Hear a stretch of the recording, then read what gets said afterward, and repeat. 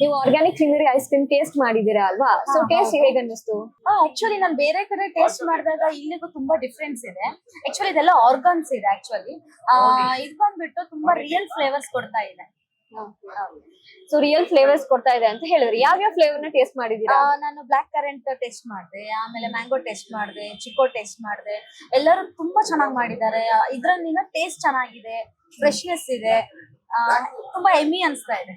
ಈಗ ಆರ್ಗ್ಯಾನಿಕ್ ಹೆಸರಲ್ಲೇ ಹೇಳೋ ತರ ಆರ್ಗ್ಯಾನಿಕ್ ಅಂತ ಹೇಳಿದ್ರು. ಸೊ ಆರ್ಗ್ಯಾನಿಕ್ ಇದೆ ಅಂತ ನಿಮಗೆ ನಿಜವಾಗ್ಲೂ ಅನ್ನಿಸ್ತಾ? ಯಾವ್ದೇ ಶುಗರ್ಸ್ ಇಲ್ಲ, ಪ್ರಿಸರ್ವೇಟಿವ್ಸ್ ಇಲ್ಲ ಅಂತ ಅನ್ನಿಸ್ತಾ? ಹೌದು. ನಾವು ಬೇರೆ ನೀವು ಕಂಪ್ಯಾರಿಸನ್ ಮಾಡಂಗಿದ್ರೆ ಒಂದ್ ಟೇಸ್ಟ್ ನೀವು ಅದ್ ನೋಡ್ಬಿಟ್ಟು ಇದನ್ನ ನೋಡಿದಾಗ ಡಿಫ್ರೆನ್ಸಿಯೇಷನ್ ಗೊತ್ತಾಗುತ್ತೆ. ಅವಾಗ ಏನಂದ್ರೆ ಇದರಲ್ಲಿರುವ ಆರ್ಗ್ಯಾನಿಕ್ಸ್ ಅದು ನಿಮ್ಗೆ ಟೇಸ್ಟ್ ಬಡ್ಸ್ ಅಲ್ಲಿ ಗೊತ್ತಾಗ್ತಾ ಇರುತ್ತೆ. ಅಚೀವ್ ರಿಯಲ್ ಫ್ಲೇವರ್ಸ್ ಎಲ್ಲ ಗೊತ್ತಾಗ್ತಾ ಇದೆ.